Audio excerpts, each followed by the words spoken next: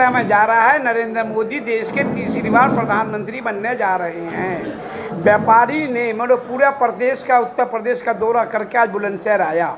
मैंने उत्तर प्रदेश की एक नवज पहचानी मैंने देखा कि व्यापारी कह रहा है कि हमारे मान सम्मान स्वाभिमान की रक्षा अगर किसी ने 75-77 वर्षों में की तो उसका नाम है हमारे व्यापारी के, छोटे व्यापारी के बेटे, चाय बेचने वाले देश के प्रधानमंत्री नरेंद्र मोदी ने व्यापारियों के मान सम्मान स्वाभिमान की रक्षा की। उन्होंने जनमानस की रक्षा की। उन्होंने व्यापार आम आदमी को रोजगार दिया तो युवाओं को रोजगार दिया, किसानों को उसकी खेती का सही मूल्य दिया, तो माता बहनों को मान सम्मान दिया।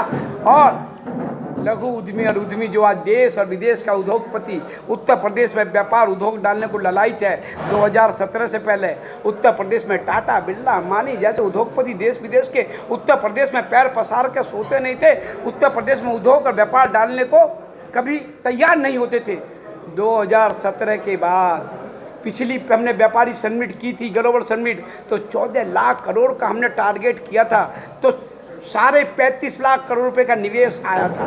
अभी 2 दिन पहले हमने फिर व्यापारी समिट की तो 10 लाख करोड़ रुपए का निवेश धरातल जमीन पे आया।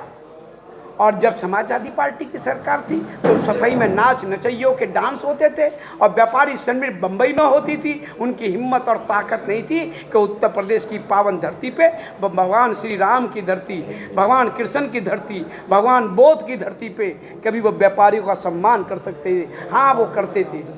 अपराधियों का, बदमाशों का महामंडित करते थे और व्यापारी को गन पॉइंट पे लूटा जाता था समाजवादी पार्टी की सरकार में। और मोदी और योगी की सरकार में अपराधी या तो जेल में है या अपराधी को उत्तर प्रदेश छोड़ के जाना पड़ा, या अपराधी को यमराज के पास पहुंचाकर हमने व्यापारी को मान सम्मान दिया, युवाओं को रोजगार दिया, माता बहनों की सुरक्षा की, तो उसका नाम है मोदी और योगी।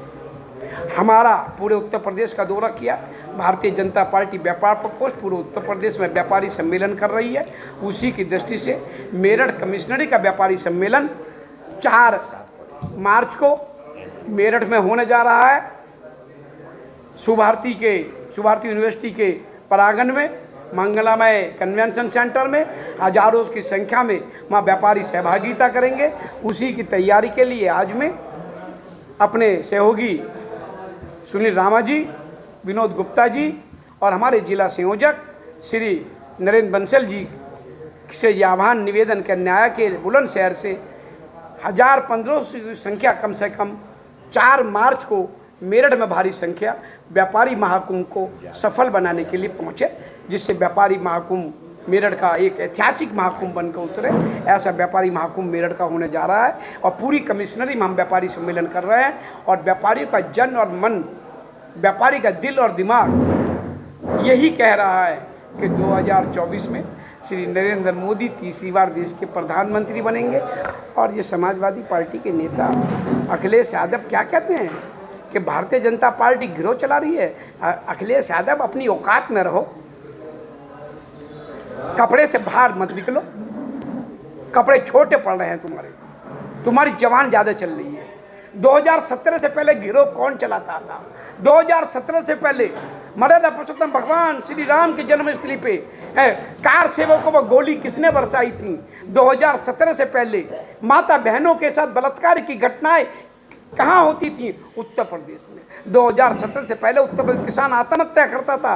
2017 से पहले व्यापारी को गन पॉइंट पे लूटा जाता था, उनकी हत्या की जाती थी। और वो उसे कहते थे गिरोह। वो गिरोह था बदमाशों का, गुंडों का, जो अखिलेश यादव तुम और तुम्हारी पार्टी के नेता चलाते थे। और आज श्री राम की सेना है मोदी और योगी के रूप में। आज राम राज्य है और राम राज्य का मतलब हिंदू मुस्लिम नहीं होता। राम राज्य का मतलब होता है व्यापारी को रोजगार, युवाओं को काम, किसान को उसकी खेती का मूल्य, माता बहनों को सुरक्षा और सम्मान, उद्यमी और लघु उद्यमी को उद्योग। राहुल गांधी और अखिलेश यादव किया है पुलिस भर्ती परीक्षा पर, क्या कहना चाहिए? अरे भैया, ये किस मुंह से बात करते हैं? ये राहुल गांधी और अखिलेश यादव पहले भी एक साथ आए, क्या कर लिया था इन्होंने? अभी भी क्या है? मुझे तो बड़ा आश्चर्य होता है। कांग्रेस देश की सबसे बड़ी पार्टी कभी रही, आज वो उत्तर प्रदेश में 17 सीटों की भीख मांग रही है। भीख का कटोरा लेकर घूम रही है, और 17 सीट 80 में से। और अखिलेश यादव कह रहे हैं नहीं 17 से ज़्यादा नहीं दूंगा। वो तो जयंत चौधरी साहब को धन्यवाद देना चाहिए कांग्रेस को, कि जयंत चौधरी को समय रहते हुए जयंत चौधरी साहब को समझ में आया कि भारतीय जनता पार्टी से जाए तो इन्हें 17 मिल गए, नहीं तो 17 भी ना मिलती। और इनका खाता खुलने वाला नहीं, ना कांग्रेस का ना समाजवादी पार्टी का। इसका जीता जाता सबूत कांग्रेस को महसूस हो गया कि उसकी पिछली बार एक सीट सोनिया गांधी जी की रायबरेली से आई थी, इस बार वो सीट भी नहीं आने जा रही। इसलिए सोनिया गांधी जी आज राज्यसभा से चली गई। उत्तर प्रदेश में समाजवादी पार्टी का एक खाता नहीं खुलेगा। यूपी के युवा परेशान हैं, यूपी पुलिस एग्जाम को लेकर क्या कहेंगे सर उस पर? मैं व्यापारियों की बात करने आया हूं, व्यापारियों का प्रदेश अध्यक्ष हूं।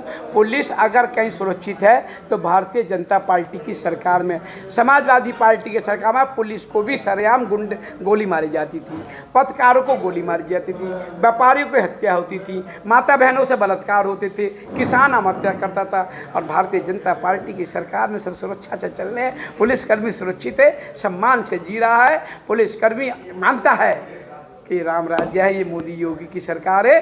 तीसरी बार देश का प्रधानमंत्री नरेंद्र मोदी बनने जा रहा है। उत्तर प्रदेश की 80 की 80 सीटें भारतीय जनता पार्टी की आएंगी, और देश की 411 सीटें भारतीय जनता पार्टी की आएंगी, और देश की 142 करोड़ देवतुल्य जनता अपने देश के होने वाले तीसरी बार के प्रधानमंत्री को रास्ते लगाएगी। जय भारत, जय हिंद, जय श्री राम।